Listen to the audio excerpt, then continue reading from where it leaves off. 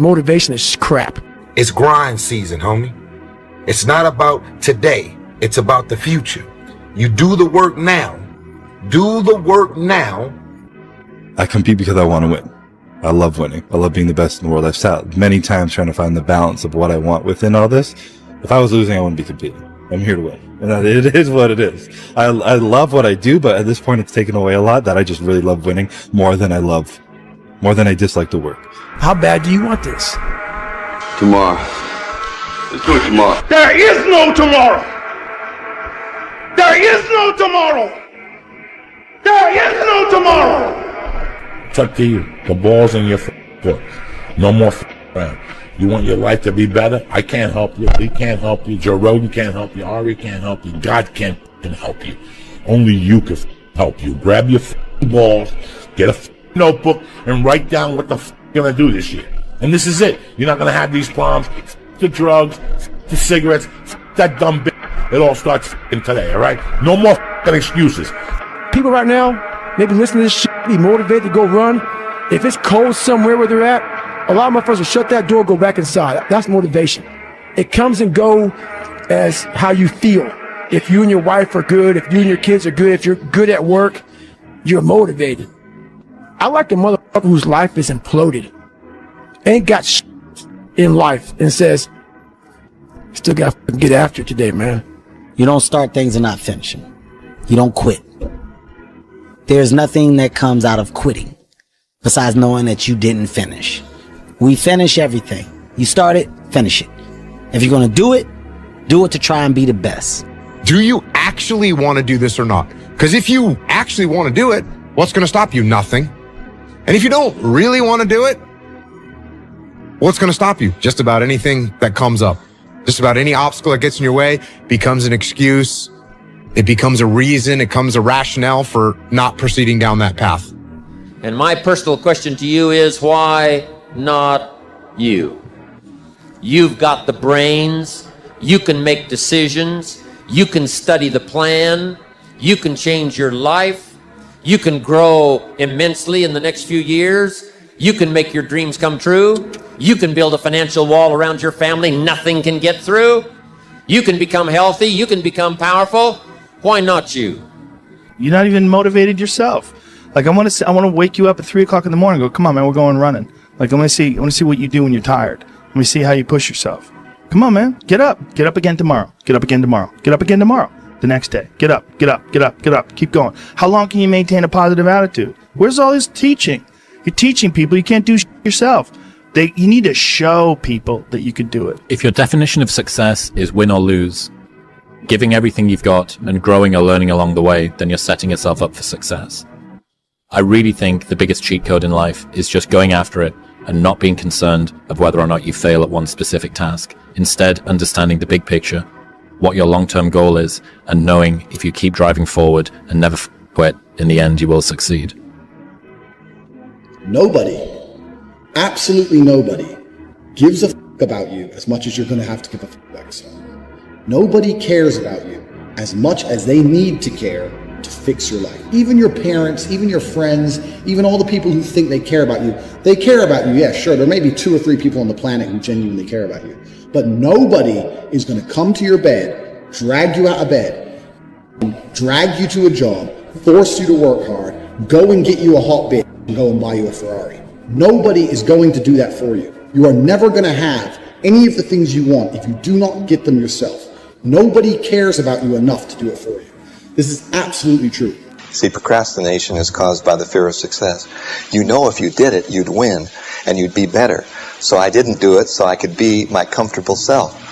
And it worked out right. I painted the fence and walked the dog. Next thing I knew, the opportunity passed. It felt so good. Whew, just to be me again. You just got to weather it and keep on walking and don't flinch. Don't let them know they got you. Don't let them know they got you. You just got to keep on going. No matter what the day is, no matter what the move is, keep going. God gave us everything to point forward, to go forward. And what we do is at a standstill or stepping backwards. We don't do that. Right. We keep on walking, regardless of what they say, what they think, and how they feel. That's what angers do, that they can't affect us. You're praying for change. You're praying for change. and your life just starts falling apart, unraveling at the seams. Everything around you, your relationships, your job, it all goes away. The money in your bank account, it all goes away. And you look up and you go, God, what the f? God's like, dude, you asked for change. You asked for a new life. We can't go on in this environment that you're living in. We have to change the environment. We have to obliterate everything that stands and start new. Because the foundation has to be rebuilt of what you're asking for. And if you're able to stay in it, because that's the ultimate yoga right there. That's the yoga of life, is are you able to maintain peace in the midst of that chaos, maintain focus, concentration, trust, and faith. You can either have faith or be in total fear looking into the unknown. Either one. It's on the precipice of the unknown. You have to either have faith and trust that when you let go, God's going to provide you with the next thing. Or you're in total fear and you never go anywhere and you never see what's on the other side of that thing. Victims see their past as their fate. Champions see their past as their origin story. And so a lot of people are living through their origin story right now, or they're living through the very reason that they'll never be successful, but it could be the exact same situation. And the only difference between either character is the actions they choose to take, which means that if you're, using Joe Rogan's frame, waking up in your main player character today in this moment, as weird of a construct as this is, the past doesn't exist. Just gone. It's not anywhere. And so the only thing that we absolutely have control over is the actions that we take right now. And it's a weird eraser of time to when you really start thinking that like it's only exists in chemicals in my brain, but it doesn't exist right now to think about the past that way. But in some ways it's also very freeing because it means that I get to start with no baggage. And in some ways for me, it makes the present feel light. You know, there's an expression that I've said on this podcast many times, but I'll say it again, is that hard times create hard men. Hard men create soft times. Soft times create soft men. Soft men create hard times. We are now around soft men and hard times. If you have to ask how to get motivated to go to the gym, you don't need to be going to the gym. You don't want it enough.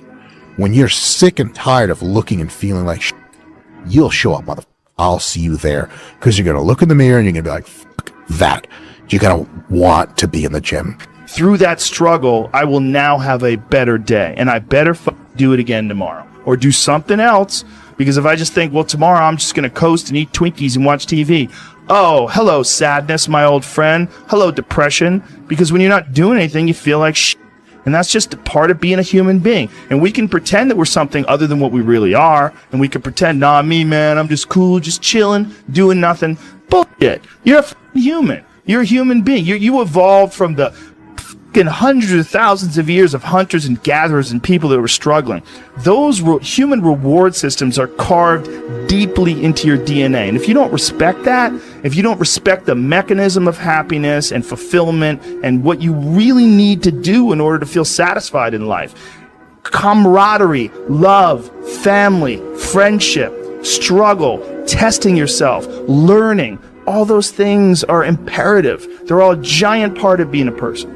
And I promise you, every single person who wants to do something with their life and has done something with their life has gone through the exact chapter that you're going through. And it's the lonely chapter. It's the chapter where you don't fit in with your own friends, but you don't have the outcomes yet to fit into a new group of friends. And you're doing this thing, you're consuming content on the internet, you're doing these free tutorials online to try and figure out how to set up a podcast and where do I host this thing? And then you're going through this and you're like, is this even worth it? Because you have no signs of success, right? But if there's anything that you can take away from what we're saying right now is that the sign of success is the hate that you get along the way. And what you can't do is bend the knee to their hate and fit back into the conformity because it's comfortable and it's warm. Your biggest enemy is you. My whole book is about you battling yourself. People don't understand it's you against you. The only person that gets in your way is you. Nobody else. It's you. And what you need to sit there and realize, whoa. I have a few years of consciousness And even less than that, I have a few short years as a young man, because age will damage you. I mean, if you're a millionaire in your 60s, it's not nearly as good as being a millionaire at my age. I became a millionaire at 28. So you need to realize you've got a few short years as a young man, you're wasting it. You won't die. And if you do die, you won't care because you'll be dead. Best case, you win. Worst case, it won't matter. I always knew the answer to everything is raw action. Yeah. The answer to everything has always been raw action. My dad had a tweet about this. He said that raw action solves all. And he used to say this. I'll give you an example. If you're a farmer and you need rain for your crop and there's no rain, you can sit there and say there's no rain, we're all going to starve. Or you can stand up and do a rain dance. Now, will your rain dance work? Perhaps not. Perhaps the rain won't come.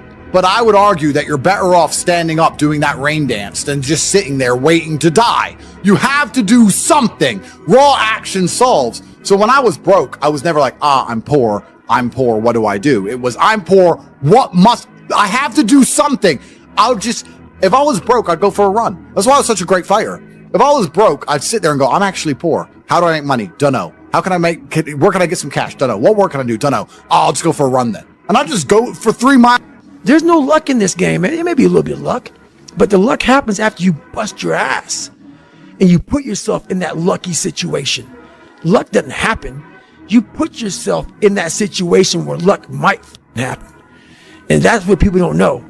But to get there, luck ain't gonna happen. You have to put yourself in that situation, man. It takes a lot of work. I don't care how good you are in anything. You don't have discipline, you ain't nobody. Right. You're nothing without discipline. Because you give up under the slightest struggle without discipline. 100%. Discipline is doing what you hate to do, but do it like you love it. Doing what you hate to do, but do it like you love it. You know, sometimes we are so worried about what other people think about us. You know, it's like, oh my gosh, what if they think I'm crazy? What if they think I'm over obsessive or competitive? And what if this is like, you're too much? This is just not healthy for you to be thinking this way, right? Yeah. How did you get your mindset into this alter ego to be comfortable being Black Mamba? Like, how did that happen? It's a good separation for me, you know, emotionally, to be able to put myself in a place where at practice or when I'm training or during games, I switch my mind to something else, switch my mode into something else, right? For me, it's the equivalent of Maximus Decimus Meridius in Gladiator picking up the dirt, smelling the dirt. It's go time, right? So that was my mental switch. It was like an actor getting ready for a film. You got to put yourself in that cage. When you're in that cage, you are that character. And then when you leave there, it's something completely different. But when I'm in that cage, bro, don't touch me. Don't talk to me. Find something difficult to do. You need that. You're not built for comfort or pleasure. Like if that comes along, good. You know, if you have a day where you're comfortable and there's some things around you that give pleasure, have some sense and enjoy it. But don't be thinking that's what your life is aimed at. That's contemptible. Everyone knows that. Everyone knows that. And if they orient themselves in that hedonistic direction, there's nothing in it but shame. Whatever you do, you've got to be a little bit gone to it. You're not all there. You've got to be almost insane to your craft. Not a lot of people can understand that. That's why I don't know about nothing else. I do not pay attention to nothing else. There was games of football on yesterday, there was rugby, there was this, there was that. And like normal society is like, let's talk about this and let's engage in this. And I can't do it. People are talking to me and in my head I'm counting something. I'm counting up a number or I'm knee deep in a sequence on the mat or on the feet. That's my life, sequences and numbers, nothing else. I cannot pay attention to nothing else. Hit that subscribe button because you are not tired, you are not lazy, you are just running low on testosterone. Not the hormone, the hunger, the 1% daw. Ask, they take, they walk in with energy so sharp, it cuts through excuses. This isn't about muscles, it's about mental muscle. It's about dominance over doubt, talent. What nah? Success bows to the most disciplined beast in the room, same 24 hours. You think Elon Musk? No difference. Need a scroll. He strikes, you skip food, you binge food, you quit early. That's low mindset. Wayne is waking up when it hurts, showing up when no one claps, starving today to eat like a king. Tomorrow. Comfort is a soft killer. It numbs your far want growth. Do hard jump daily because pain is the entry fee to power. Nobody's coming. No magic pill. No savior dotitis you visidod. Your own softness, testosterone, is your war cry build. It in the gym, feed it with action. Unleash it in life. So tell me, first you're gonna scroll your life away or grind like a seeking predator. The 99% wait. The 1% wake up bleeding, training, and winning your call.